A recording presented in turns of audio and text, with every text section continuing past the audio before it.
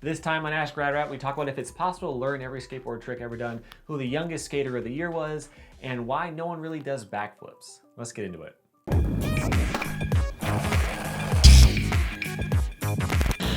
Welcome back to Rad Rat Video, the channel where you can learn something new about skateboarding 3 times a week. Every Monday, Wednesday, and Friday, we take a look at something in the skateboarding world, from tricks to trick histories to all kinds of stuff on this series, Ask Rad Rat, and I've got a few questions for you today. The first one is from Josh Foxy, who asks, can one learn every skate trick ever invented in the world over, starting at Ollie, and would that even be worth the effort? Well, no, you can't. I have a video about the history of the Ollie right here, but for the sake of this video, it was from the 70s, so you have to learn everything after the 70s, and that is just unreasonably difficult. Let's just talk about the 70s and the early 80s, for example. You'd have to learn how to spin 360s. So that was a very common contest thing you would do back then. You would have to learn how to spin on frontside. Let's say you have to do at least 5 to say that you've really learned how to do it.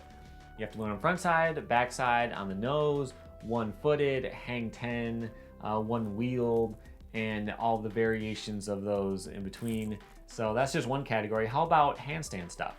A lot of freestyle at the time was handstands, headstands, some weird gymnastic type of stuff. You have to learn how to do all that. And how about the gorilla grip? This one's easy, but you'd have to curl your toes barefooted over the board and jump up in the air and pull it with you. There's a ton of really weird, obscure tricks that no one does anymore that you would have to learn to be able to say you could do everything.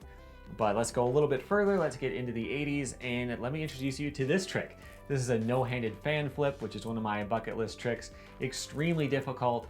You have to be able to do that and all the other crazy freestyle stuff that Rodney Mullen was coming up with at the time.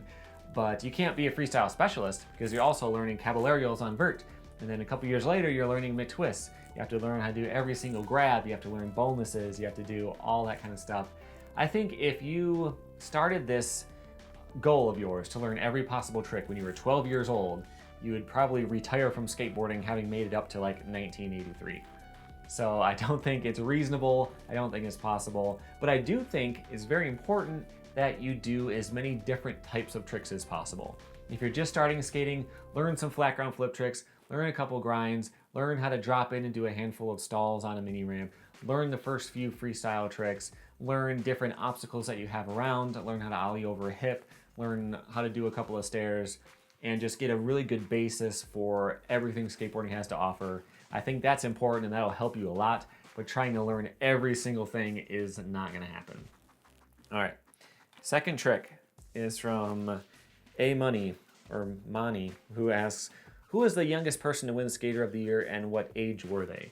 I thought this was just gonna be a very simple, here's the answer type of thing, but as I looked into it and I got all the ages of different people, I found some kind of interesting trends. So one thing I wanted to look up was the average age. So the Skater of the Year, who is basically the best skateboarder in the world at the time, not quite that simple, but basically the best skater in the world at any given time, how old are they? And what does that mean? So if you were to be older than this age and you haven't turned pro yet, what does that mean for you? Maybe you don't really have a chance anymore.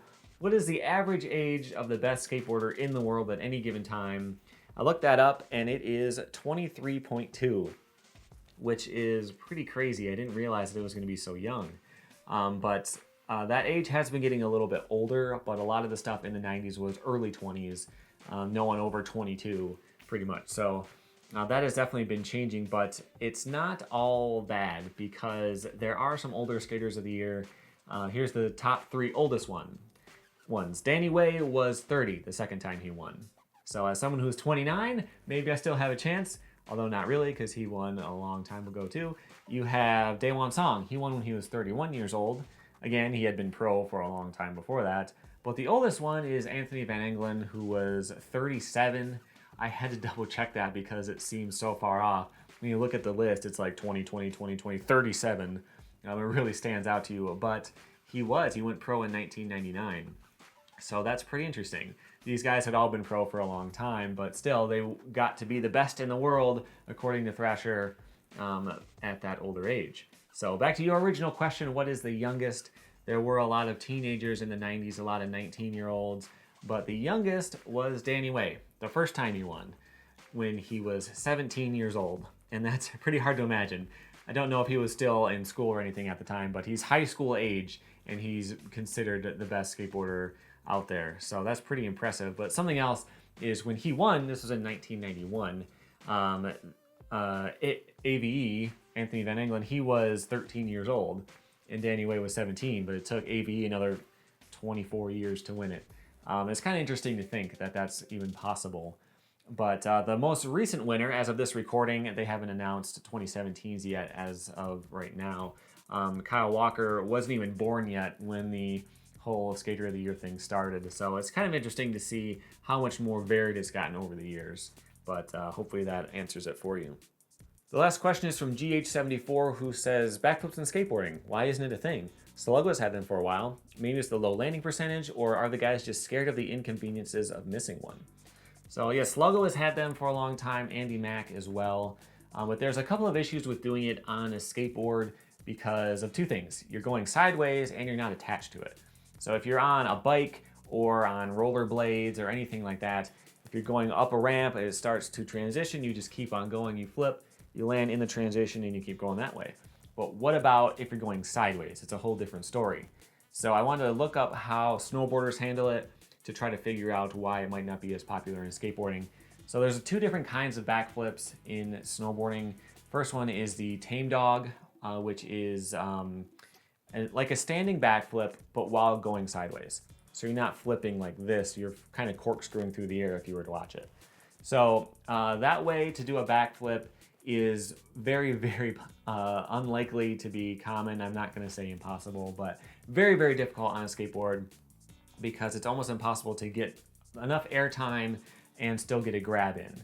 So here's the thing, if you were to try to do it on vert, you'd get enough air time for sure, but having to deal with changing the angle as you go up the transition this way, and then flipping this way, then landing and going back this way, you're switching around your direction so often that it's probably not going to be a very consistent thing to try to do. If you were to try to turn sideways and keep flipping and sort of keep the momentum of the ramp a little bit, you're starting to get really close to a McTwist or a frontside 540. You would just tweak the angle a little bit, and at that point, that's what most people do. But even if it's possible, it's not going to be very common. The other way you could do it is over a fun box or something, but it's going to be very, very difficult there too, because there's no way to really wind up and throw your arms back because you have to grab the board, right? So you can't get as much momentum as you would on a snowboard or anything like that. With a snowboard, you could grab halfway through when you've already started. But on a skateboard, you have to be grabbing from the beginning. So that's going to be a problem. And you also can't really jump. You can't really pop that much because you have to be able to grab the board. So you can't straighten your legs that much and still grab onto the board. You're not going to get a ton of pop while doing a tame dog style flip. And it's possible on the mega ramp or something like that, but the mega ramp's never going to be, mainstream, there's one in every skate park type of thing. So you're not going to see that type of flip ever become that popular in skateboarding. But the other way to do it, which is the Sluggo style and what snowboarders just call a regular backflip, is where you flip where the board does a backflip and you're kind of almost doing a cartwheel because you're sideways. And that way is possible. You do see Sluggo do them. He's doing them at, I think, 48 years old or something. He was doing them still. And I think the reason why you don't see that one quite as much either is because, like you said, the high risk and the high failure rate.